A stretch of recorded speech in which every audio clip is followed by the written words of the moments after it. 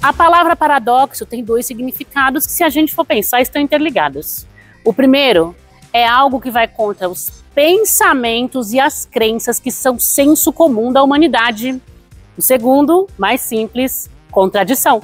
Quem tem idade suficiente para se lembrar dos anos 80 e 90 conhece a música A Novidade. A letra foi composta por Gilberto Gil para os Paralamas do Sucesso e a música foi lançada em 1986. O paradoxo é a sereia, que vai contra os pensamentos e crenças que são senso comum na humanidade, porque sereia não existe. E daí em diante, a música também explora o outro significado de paradoxo. Alguns a desejam como mulher e outros a desejam como peixe, ou seja, uma refeição, sereia, mulher e peixe. Então aqui a gente tem uma contradição de pensamentos em relação a sereia. Esse canal não se chama Carros e Música, se chama On The Road. Eu sou a Rafaela Borges, seja muito bem-vinda, seja muito bem-vindo. Essa introdução é pelo seguinte: o modelo que eu recebo na minha garagem, Honda ZR-V, é o verdadeiro paradoxo. No segundo sentido, o de contradição. Você acompanha comigo a partir de agora o teste de dia a dia, como as coisas que ele tem se saem na prática no seu cotidiano. O teste de porta-malas, afinal de contas, esse aqui é um SUV médio familiar, concorre com Compass, Corolla Cross, Tiggo 7, entre outros. E eu também vou explicar por que ele é o maior paradoxo do segmento.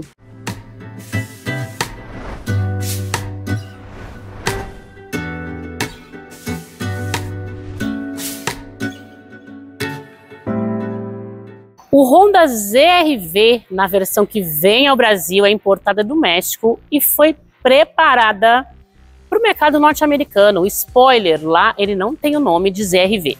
Vem uma versão apenas Touring, mas olha uma curiosidade, a Honda não está querendo muito mais ressaltar o fato da versão se chamar Touring. Se você entra no site da montadora, está lá apenas ZR-V. Será que é para não ter um problema que tem sido, na verdade, um grande problema? Um problema caseiro. O HR-V Touring, SUV que está posicionado aqui no Brasil abaixo deste ZR-V. Será? Porque, para falar a verdade, o HR-V Touring acabou se transformando em um grande problema para o ZR-V no Brasil, e você vai entender por que também no decorrer desse vídeo. O preço é de R$ 214.500. E aí você pode dizer, caro, mas olha só, ele vem em uma versão apenas completa, com um pacote de assistência muito legal. E quando você olha para o Compass, por exemplo, a versão equivalente sai por quase R$220 mil, é a Limited. A tabela do ZR-V é até mais baixa que a do Compass. Compass com motor 1.3 flex e tração dianteira, que é essa que concorre com o ZR-V. Esclarecida a questão do preço, é preciso ressaltar que os modelos trazidos do México não são como os argentinos. Os argentinos são produzidos tendo como prioridade o mercado brasileiro, os mexicanos são produzidos tendo como prioridade o mercado americano. Então, apesar do acordo que permite que carros mexicanos entrem no Brasil sem pagar o imposto de importação, nem sempre as marcas conseguem trazer altos volumes. Então esse carro em volume de vendas não está aqui mesmo para concorrer com Compass e Corolla Cross, que no primeiro semestre desse ano ultrapassaram as 20 mil unidades vendidas. No entanto, no lançamento, a Honda informou que podia trazer para o Brasil 1.000 unidades por mês, o que daria 12 mil unidades por ano. Em 6 meses, 6 mil unidades. Só que nos primeiros 6 meses deste ano, a Honda não vendeu nem 3 mil unidades, ficou um pouco acima de 2.700, o que daria uma média mensal de 464 unidades, então está bem distante da meta. Embora a Honda tenha consumidores fiéis, o fator HR-V e o paradoxo podem influenciar na escolha do consumidor. E vamos falar então do paradoxo, que na verdade é uma coisa que teoricamente é fácil de resolver, na teoria, tá? Na prática é um pouco diferente. O Honda ZR-V tem coisas que são superiores a de alguns modelos desse segmento. O acabamento é muito legal, as tecnologias de assistência muito bacanas também, e mais que isso, ele tem uma posição de dirigir única, uma posição de dirigir de sedã sem perder as características de SUV. Então, para quem quer um SUV, mas gosta de dirigibilidade de carro mais baixo, tá aqui a resposta, ó. No entanto, há coisas que você fala assim, um SUV médio de quase 215 mil reais não pode ser dessa maneira. Essas coisas eu vou te mostrando no decorrer do vídeo. Uma delas é a escolha do motor, é fácil de resolver, mas não é tão simples. Então vamos começar a explorar esse carro, mas antes disso eu quero te pedir para deixar o like no vídeo para ajudar esse conteúdo a engajar e atingir mais pessoas. É rápido, é simples, não custa nada. E se você gosta desse conteúdo, me ajuda demais. Agora, vem!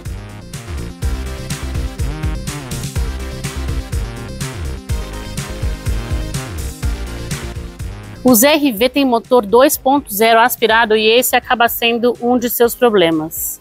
E eu vou ser sincera, se ele tivesse 1.5 turbo do HR-V, seria uma de minhas possíveis escolhas, eu consideraria esse modelo na hora de trocar o meu atual, com o qual eu pretendo ficar bastante tempo ainda porque gosto muito. Mas se eu quisesse um upgrade de segmento, um modelo poderia ser esse ZR-V. Isso com o motor 1.5 turbo. Ficaria sensacional no casamento com a dirigibilidade que ele tem.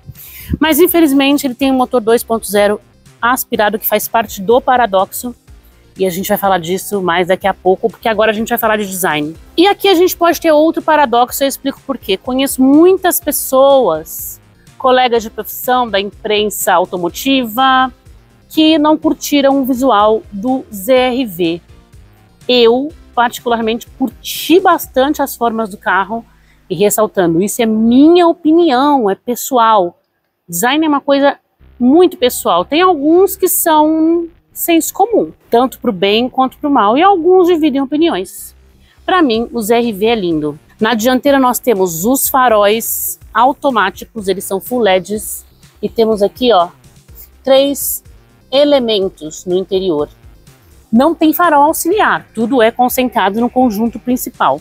Aqui do lado, de Black Piano, aliás, você vai ver muitos detalhes de Black Piano no carro, tanto por dentro quanto por fora, tem uma entrada para passagem de ar. É uma solução aerodinâmica usada hoje muito para eficiência energética, redução de emissões. Os carros elétricos usam muito essa solução para eficiência. E aí, ó, você vê que o carro é mais baixo que alguns modelos da categoria e tem uma dianteira mais baixa. Isso significa que ele não tem características de SUV, que ele não é legal para rodar, por exemplo, em valetas grandes, ou que ele pode pegar a frente em uma rampa de garagem? Não, no teste dia a dia ele mostrou que tem as características de SUV e essas coisas não são problema. Ele apenas tem uma frente mais baixa do que a média. Temos a grade aqui do tipo colmeia, também com Black Piano, bem bonita, grande, mas ela ocupa uma parte mais baixa aqui na dianteira. Olha só. E embaixo, as entradas de ar no para-choque, com muitos detalhes de Black Piano também. Logotipo da Honda aqui nessa parte.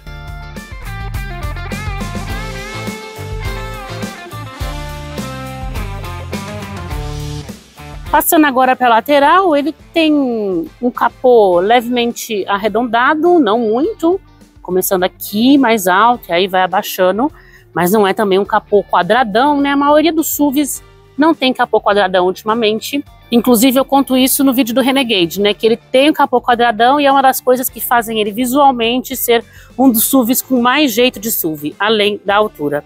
Aqui a gente tem ao contrário, né? Porque é um carro que nem é muito alto.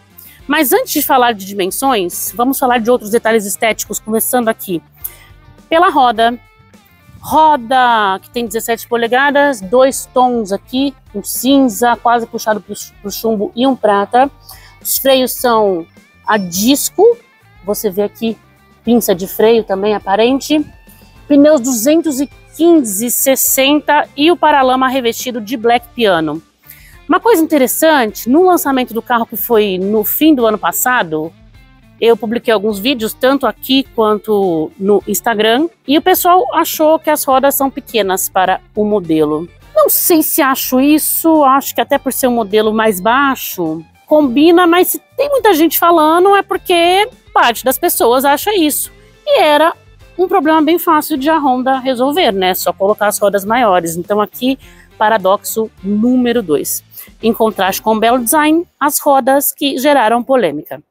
Ainda sobre o design, é um carro que tem um jeitinho assim de SUV coupé, não super SUV coupé, né, que a coluna C totalmente rebaixada, mas ela é levemente rebaixada.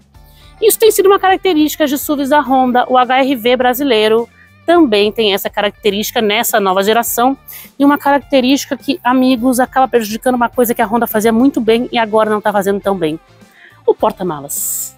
Teste daqui a pouco. A carroceria não é Biton, só que você vê aqui, ó, que tem partes pretas de black piano, além do paralamas, também aqui em partes das portas.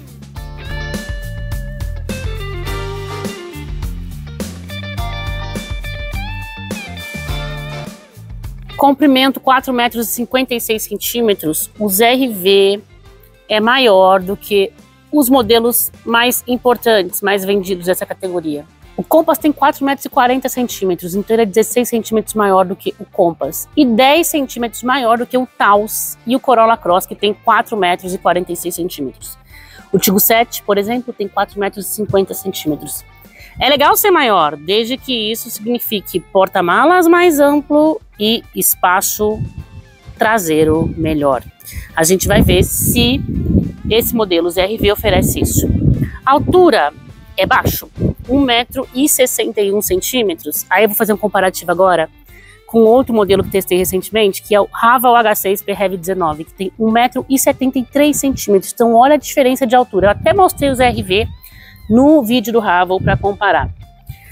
Outra coisa, o Renegade, também mostrei a linha 2025 recentemente, tem 1,70 m de altura. Agora, quando a gente compara com o Compass, que é o rival desse carro, é quase a mesma altura, porque o Compass tem 1,62 m.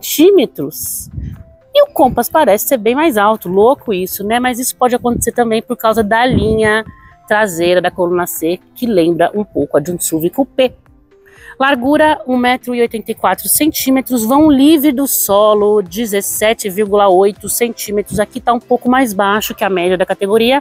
Para comparação, Compass tem 20 centímetros de vão livre do solo. A traseira do ZR-V se destaca pelas formas arredondadas. Então vamos olhar assim, ó, de ladinho, que dá para ver melhor, especialmente essa parte aqui da tampa do porta-malas. Ele também tem um spoiler. Spoiler, como sabemos, são integrados à carroceria. Quando não são, são chamados de aerofólio. Tem antena Shark. Você gosta? Eu não sou muito fã, não. Outra coisa é a saída de escape única, que fica por aqui. Olha só, cromadinha, bonita, né? Eu curto. Para-choque com detalhe de black piano. E as lanternas, que são bem grandes, vão se estendendo aqui pela lateral. No centro, o logotipo da Honda e a inscrição ZR-V. É uma bonita traseira. Eu acho que ela lembra um pouco traseira de hatch. Inclusive, quando eu vi a primeira foto do ZR-V, foi mandada por um seguidor no meu perfil lá na outra plataforma, eu olhei, bati o olho e falei, será que é um City? Mas aí eu comecei a observar mais, vi que ele era mais largo, diferente também. Não é igual um City, né? Só tem identidade, lembra? Porque é um Honda. E aí vi que era o ZR-V. Isso foi antes dele chegar ao Brasil. Ele estava rodando em Sumaré em testes. Lá pelo meio do ano passado, chegou no fim do ano passado.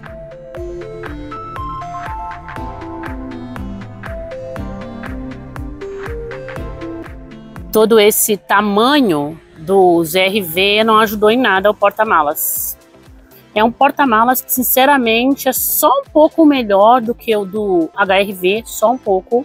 Ele é um porta-malas que, na minha opinião, é pior do que o do meu Renegade, porque o meu Renegade acomoda as mesmas malas e sobra mais espaço, porque ele é mais fundo. É porta-malas de SUV compacto. O Corolla Cross e o Compass também não tem senhores porta-malas. O do Compass é um pouco melhor, O do Corolla Cross é um pouco pior. O do ZR-V é pior do que dos dois. E na verdade, na teoria e na prática. Aqui a prática e teoria, ele tem 389 litros de capacidade. É um porta-malas bem pequeno, ainda mais para um SUV médio. O que está acontecendo? Lembra que o HR-V tinha o melhor porta-malas da categoria, um dos melhores?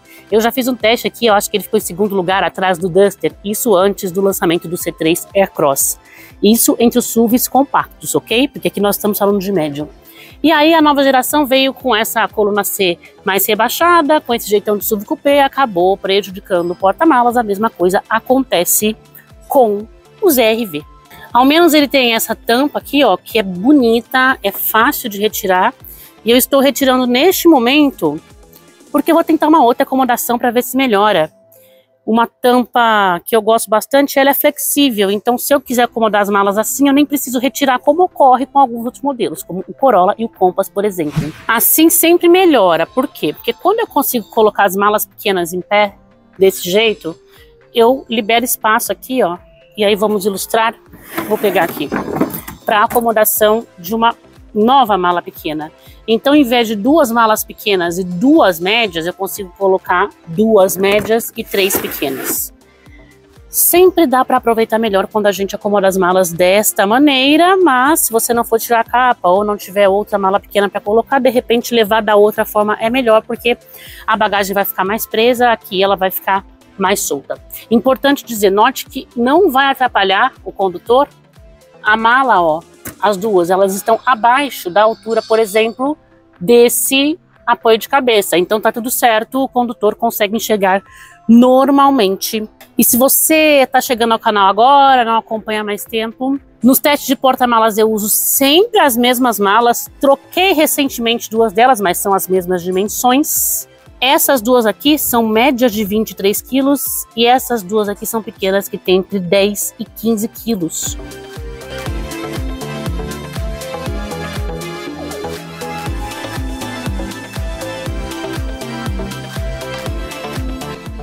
Tá vendo essa caixa aqui, ó, onde tem os equipamentos para trocar o pneu, etc.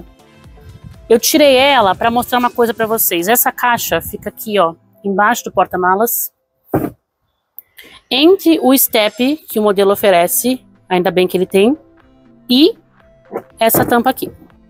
O step é de uso temporário, tá escrito aqui, ó, em inglês, temporary use only, apenas uso temporário. Ele tem o raio 17, no entanto, os pneus são menores do que, né, os demais, são diferentes. 13590. O step de uso temporário, geralmente você pode rodar até 80 km por hora. Por 80 km é muito difícil um carro hoje que traga um step que não seja de uso temporário, mas a tampa tá levantada porque eu quero mostrar o seguinte.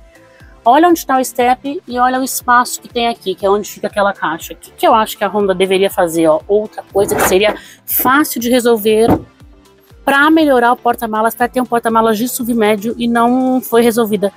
Igual o T-Cross, por exemplo. Você permite abaixar essa tampa aqui, ó. O Q3 também tem essa solução. Você pode abaixar essa parte e aí você tem um porta-malas mais fundo que é capaz de acomodar mais bagagem, que é o que acontece, por exemplo, com o Renegade. Todo mundo fala mal do porta-malas, mas ele é super fundo, então acomoda bastante bagagem. Então, assim, por que a Honda não faz isso? Isso é uma coisa que não entendo. Isso era simples de resolver, sim.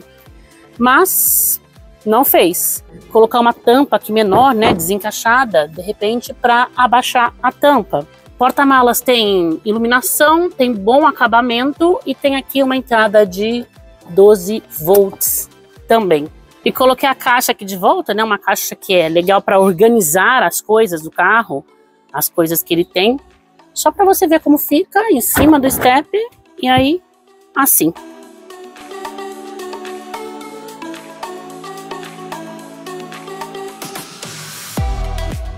Segredo desvendado, a Honda tem priorizado o espaço interno dos seus modelos. No HR-V a mesma coisa e aí prejudica um pouco o porta-malas, até por causa da coluna C levemente rebaixada, mas o espaço interno aqui é um grande destaque.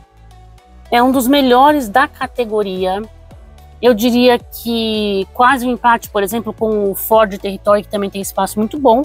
E aí a gente tem os modelos das marcas chinesas, que tem mais de 4,60 metros de comprimento, caso do Ravo H6. Aí sim, tem um espaço interno superior a esse. Lembrando que a versão Heavy, que é a híbrida, que não é plug-in, né? A híbrida com bateria pequena por regeneração, concorre com esse carro em preço. Mas muito espaço para a perna. O assoalho quase plano, e a gente tem então ótima acomodação de pelo menos 2 pessoas por aqui. O que a gente não tem é um console retrátil que serve como apoia-braço e também geralmente tem porta-copos. Por outro lado, tem o teto solar. Ele tem abertura elétrica com um toque. A cortina abre manualmente, mas se você abrir junto com o teto, abre tudo junto. Mas a cortina é manualmente, só empurrar. Olha aqui em cima também, eu gosto bastante do acabamento do teto nessa cor clara. A iluminação, olha que bonita aqui. E você já deve ter percebido que, né, cadê saída de ar que o HRV tem? Cadê saída de ar-condicionado? Vamos entrar ali que eu te explico essa história. Mas antes de entrar, uma coisa da qual eu estava me esquecendo, vou mostrar até de perto. Essa cor aqui, que é a cor de lançamento dos RV no Brasil, é chamada de Azul Aurora, para você que curte a história do nome das cores. Então, entrando aqui no carro, olha só. Antes, veja a diferença entre os bancos. Aquele está ajustado para mim, eu tenho 1,58 m, e esse está ajustado para uma pessoa alta, com 1,85 m, 1,90 m de altura, vai ficar bem acomodado ali na frente.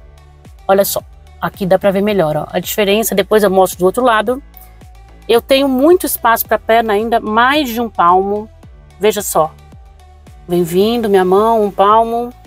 Então, fico muito bem acomodada aqui. E pessoas mais altas também vão ficar bem acomodadas aqui. Teto não é alto, mas não deve ser um grande problema, porque esse rebaixamento que eu falei que ele tem na coluna C, ele começa mais ali atrás. E tem o porta-revistas apenas nesse banco. Do lado de lá, não.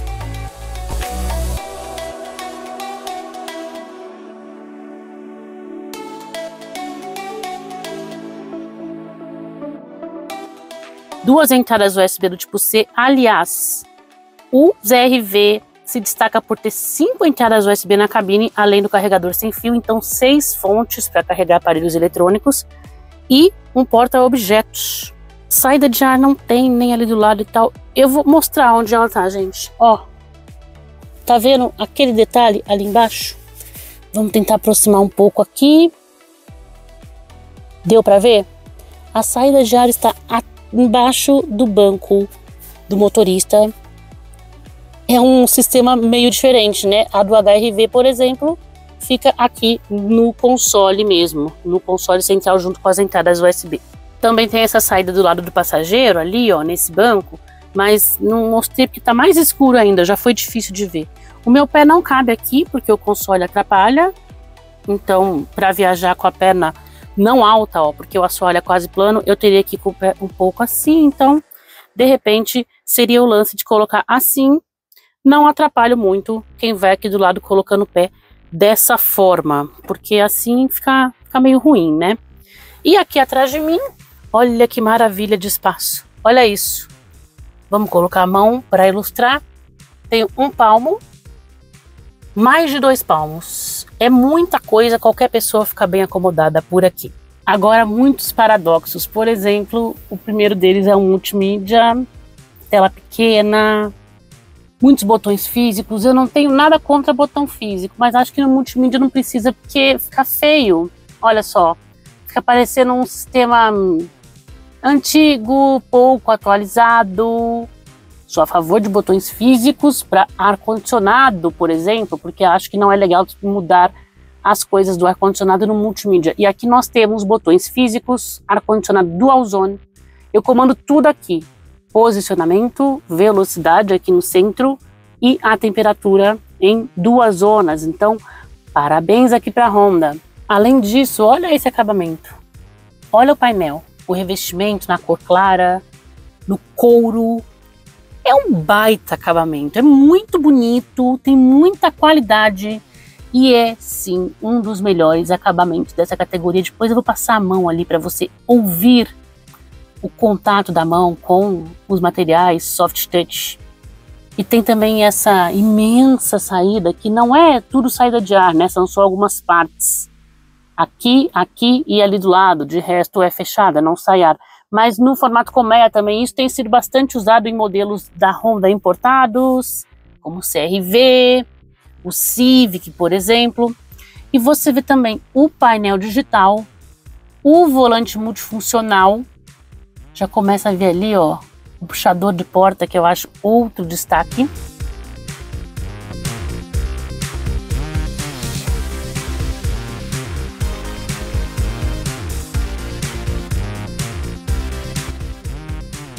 E entradas USB.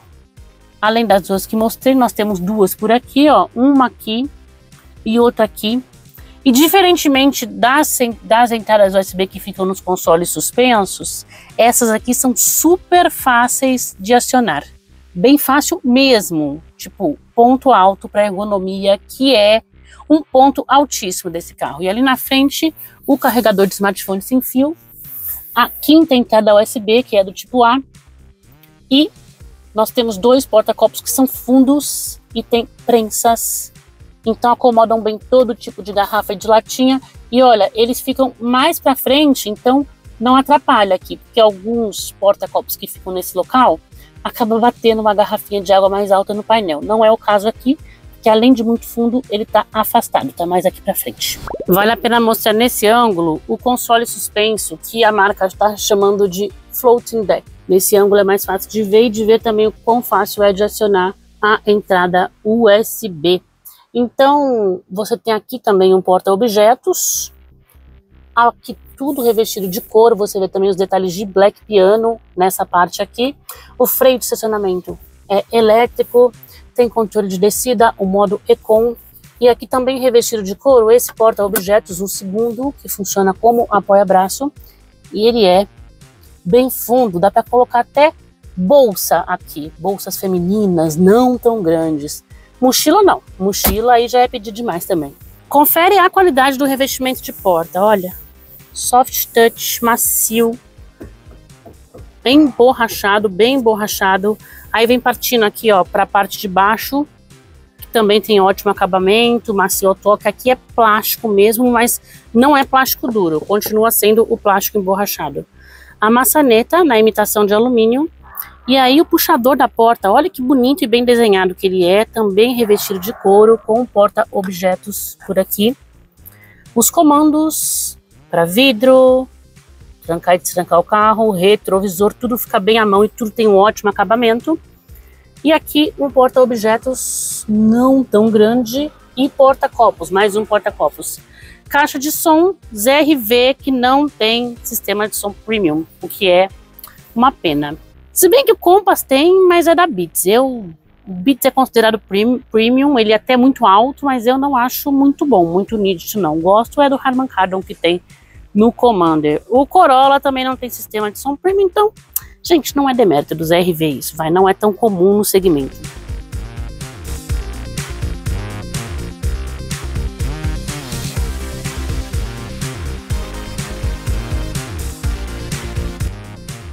Os bancos do motorista, o banco do motorista tem um ajuste elétrico, você percebeu, eu acho ali que o do passageiro não tem ajuste manual, e os bancos são extremamente confortáveis.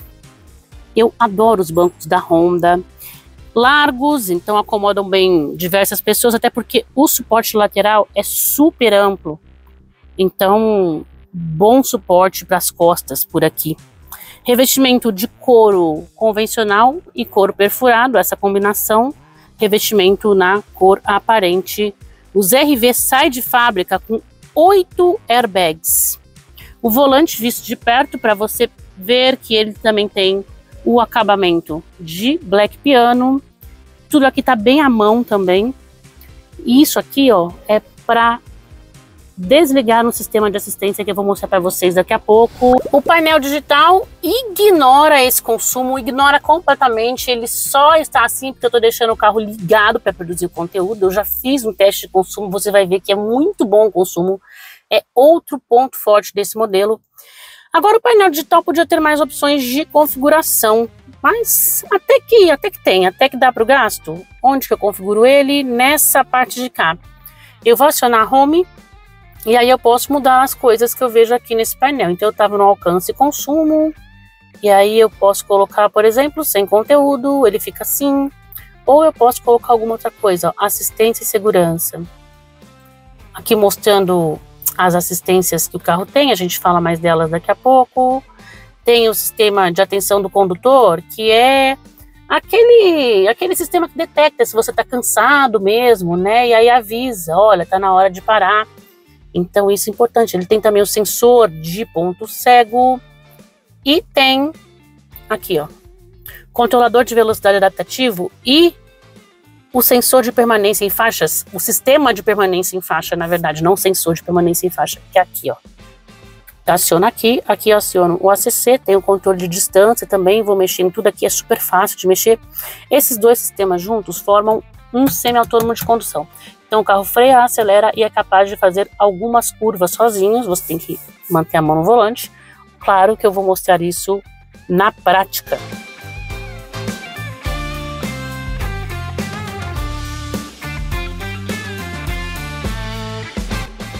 E aqui o multimídia. Ele é fácil de usar, aqui eu concentro as configurações do modelo, tem umas entradas diretas aqui também.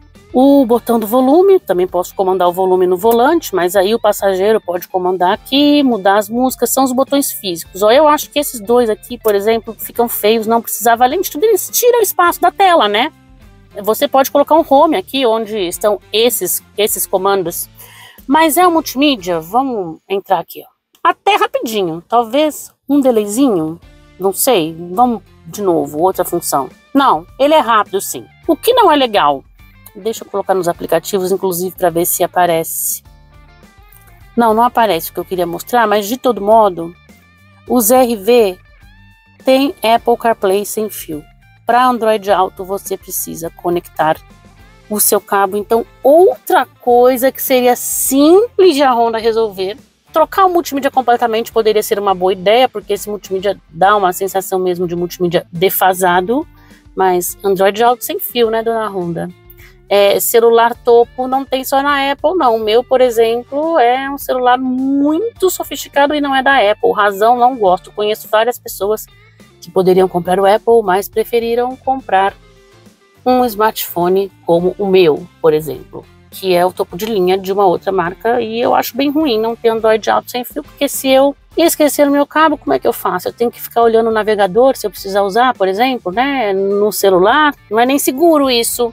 Mais uma das coisas que formam o paradoxo e um contraste, que esse acabamento aqui maravilhoso, olha isso. Nossa, eu gosto demais do acabamento do ZR-V, é uma coisa que me conquista completamente. Para finalizar aqui, mas calma, o vídeo não está acabando, nós vamos andar no carro e mostrar na prática algumas coisas. Câmera de ré, é uma boa câmera de ré, sabe que eu acho ela melhor de ver a imagem à noite do que durante o dia? Parece que o sol atrapalha bastante ela. Vamos mudar o modo aqui, ó. Ah, tava com pouca iluminação, mas ainda assim não é tão nítida. À noite, eu juro para vocês, fica melhor. E aqui são os modos de visualizar. Esse é o amplo, esse aqui é mais fechado e esse aqui eu acho que vai mostrar mais embaixo. Aqui tá bom, hein? Um pouquinho distorcido, mas tá bom, achei o melhor modo. E eu tenho também essa função, ó, que mostra a câmera menor. E esse gráfico é uma coisa que os carros da Volkswagen têm muito. Vai mostrar a aproximação aqui da traseira, da lateral, da dianteira. O carro tem sensor de estacionamento tanto na frente quanto atrás.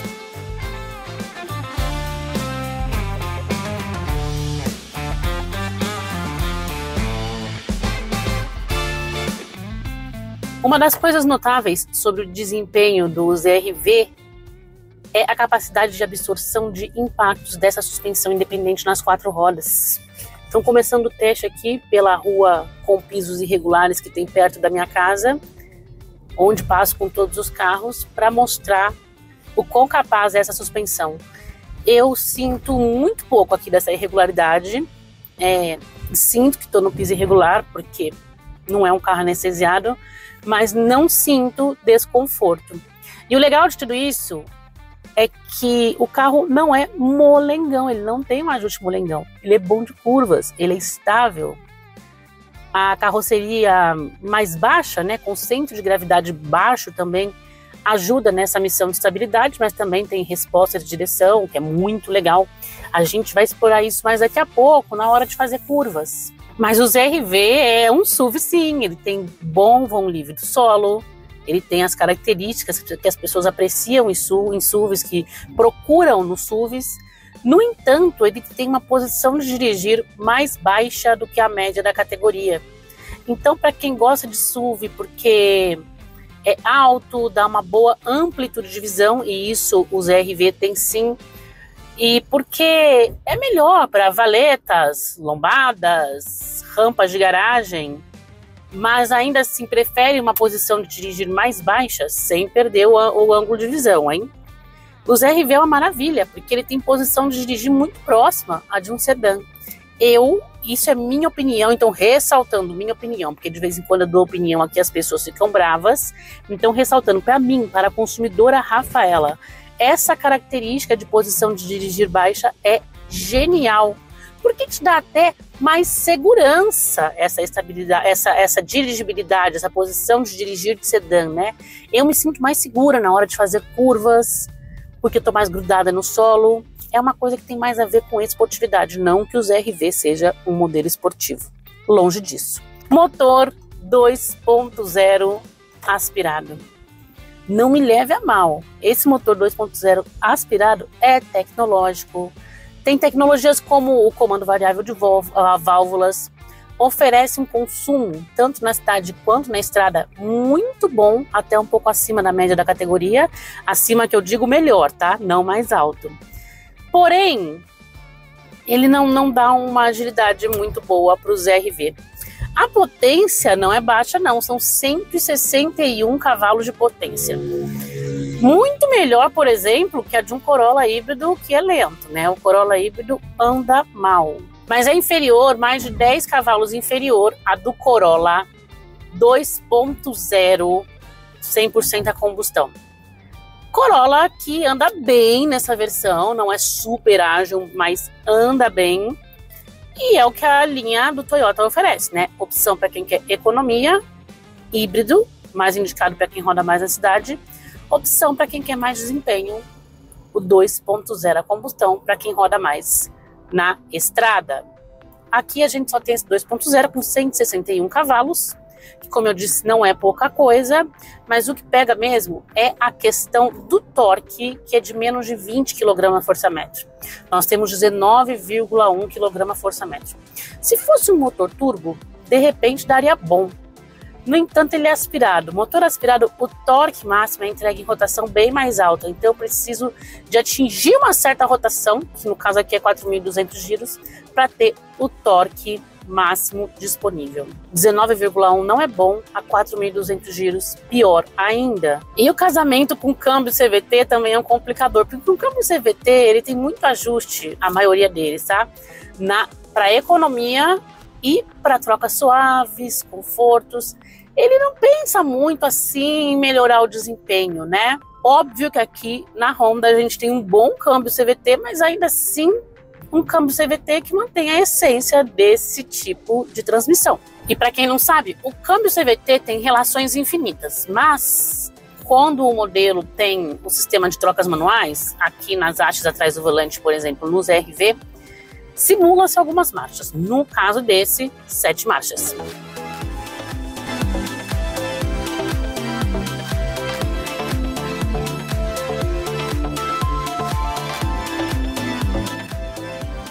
O ZR-V é um carro com tração dianteira. E agora que a teoria foi explicada, vamos à prática.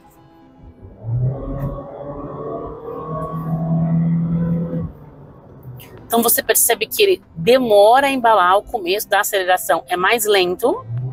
Aí atingir, passei dos 4.000 giros, ele começa a ir um pouco mais rápido. Dizer que o ZR-V é um carro extremamente lento não é verdade. Ele até vai relativamente bem médio, vai, numa aceleração, numa retomada de velocidade, principalmente, e isso é uma dica para quem vai guiar carro CVT, quando você vai mais gradativamente, assim, no acelerador, de repente você não precisa dar tudo, né? E aí ele vai ganhando velocidade de forma progressiva. Mas ele é mais lento que o Compass 1.3 Flex e ele é mais lento que o Corolla com o motor 2.0, o Corolla 100% a combustão. Então, no quesito desempenho, ele ocupa um patamar inferior aos líderes. Vou acelerar de novo para fechar esse capítulo. Agora eu fui mais gradual, ó. Mas dá, gente, dá sim, não vai te deixar na mão numa ultrapassagem, só vai ser um pouco mais lento do que a concorrência. O ideal aqui seria um motor 1.5 turbo que o HR-V tem, o HR-V que é super rápido, o HR-V nas versões 1.5 turbo, porque tem as 1.5 aspiradas.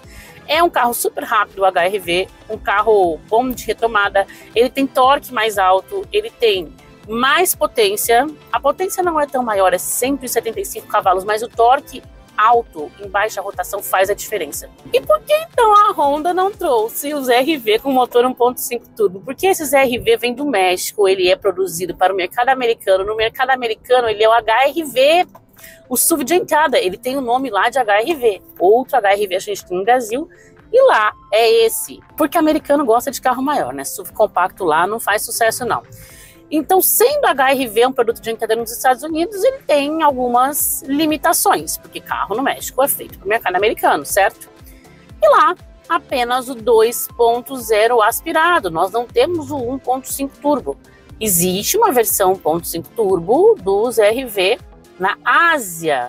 Então tá aí uma coisa simples que poderia ser melhorada e infelizmente não tem jeito, né? Porque não é um carro produzido no Brasil, então ele tem que se adequar aos outros mercados, os mercados para os quais ele é produzido. Ele pode receber o motor 1.5, ele tem o motor 1.5 em outros mercados, mas no México não. Agora sim, a Honda do Brasil, se tivesse estimativas mais ambiciosas para esse carro no Brasil, poderia sim negociar com o México, colocar o motor 1.5 nas unidades trazidas ao país. Isso geraria um custo, mas, de repente, dessa maneira, a marca conseguiria atingir as 1.000 unidades que pretendia vender por mês na data do lançamento. Teria custo, mas venderia mais.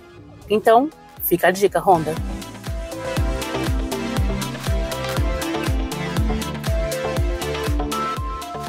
Nada melhor do que o número para ilustrar o que a gente falou. E o 0 a 100 km por hora é uma das principais maneiras de você ver a capacidade de um carro de retomar velocidade, de acelerar.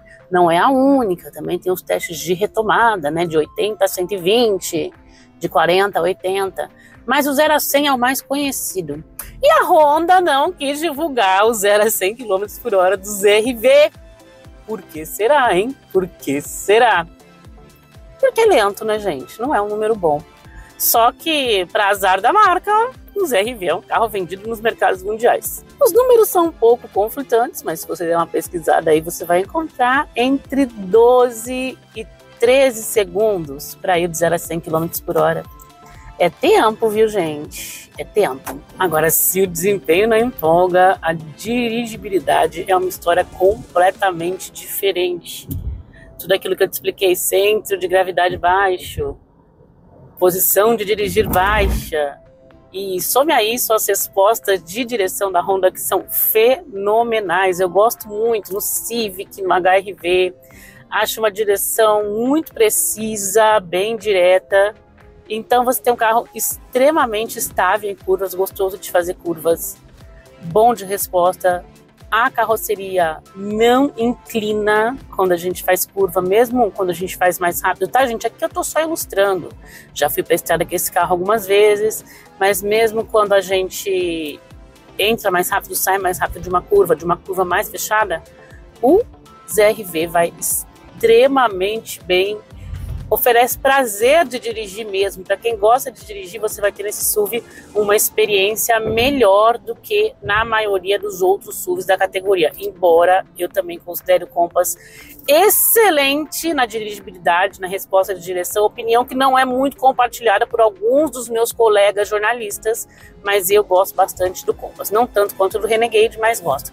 Agora, o ZR-V é melhor de dirigibilidade que o Compass. Eu acho que dos três, comparando ele com os dois líderes, né, Compass e Corolla Cross, dirigibilidade, ponto positivo para o ZR-V. É o melhor dos três nesse quesito. Uma outra coisa que eu aprecio bastante é o semi-autônomo de condução. Acionei o ACC e o leitor de faixas. O ACC você já conhece, ele freia e acelera o carro automaticamente. Na velocidade máxima que eu coloquei, aí ó, um carro entrou na frente, ele vai diminuindo por aqui. E ele tem também o leitor de faixas com a função de correção e centralização que não está funcionando agora. Por que ele não está funcionando agora? Porque ele só funciona acima de 70 km por hora. Eu atingi 73, eu estava com a seta. Entrou o semi-autônomo de condução, o leitor de faixas, quer dizer, para formar junto com o ACC o semi-autônomo de condução. E aí, ó, vou manter a mão perto, tá? Mas vou deixar assim para você ver que ele tá, de fato, ó, fazendo a curva sozinho. Não é só aquele sistema que corrige a trajetória quando eu saio da linha. Ele faz a curva sozinho mesmo e é muito preciso. Agora ele mandou eu assumir o volante porque a responsabilidade continua sendo minha. Eu tenho que manter as mãos no volante, mas ele vai fazendo esse trabalho para mim. Eu tirei um pouquinho aqui só para ilustrar para vocês, né, como ele funciona e que ele funciona realmente muito bem. O Compass ganhou essa tecnologia em algumas versões, não em todas, e o do Compass também se mostrou muito legal. Ganhou isso na linha 2025. Mas o pacote de assistência à condução do ZR-V é mais completo.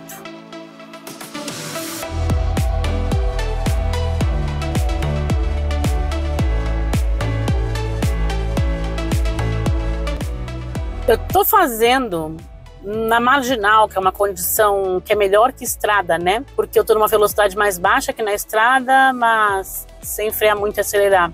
Só que eu peguei alguns trechos de trânsito, tá? Tô fazendo 14,1 km por litro com ZR-V, mas é o que eu sempre digo, o consumo ideal é o consumo do Inmetro, porque ele usa a mesma metodologia para todos os carros. Então você consegue comparar qual gasta mais e qual gasta menos, mesmo que você não consiga fazer aquele consumo que o Inmetro mostrou. Você pode ir melhor ou pior, porque cada pessoa tem o seu consumo real. O Inmetro desse carro na cidade 10,2 km por litro, muito bom para a cidade, gasolina. E na estrada 12,1 km por litro, e eu estou mostrando aqui que dá para fazer melhor que esses 12,1 km por litro. O Inmetro é muito rigoroso. Então até por isso muitas pessoas conseguem fazer um consumo melhor que o do Inmetro. Outras fazem pior.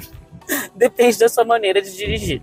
Esses paradoxos do ZR-V, essas coisas que ele tem de ruim, que seriam fáceis de ser resolvidas, acabam criando para ele um problema caseiro. Esse problema se chama HR-V Touring, a versão topo de linha. O HR-V Touring tem o motor 1.5, que é melhor, ele anda mais, ele também tem dirigibilidade muito boa. Porém, gente, não é bem assim não. O porta-malas do HR-V é um pouco pior, não muito pior, porque aqui também não temos um porta-malas notável. O espaço do ZR-V é muito melhor, muito, então é um carro familiar mais eficiente que o HR-V e principalmente a suspensão traseira do HR-V é por eixo de torção e a do ZR-V é independente nas 4 rodas, então independente na traseira também.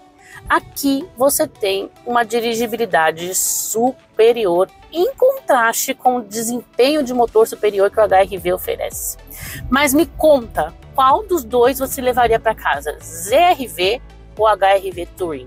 Que é a versão equivalente a este ZR-V. Lembrando que o HR-V também tem todo esse pacote de assistência que o ZR-V oferece. Me conte na caixinha de comentários e não esqueça de deixar o like no vídeo. Eu fico por aqui e vejo você novamente em breve. Tchau, tchau! Até a próxima!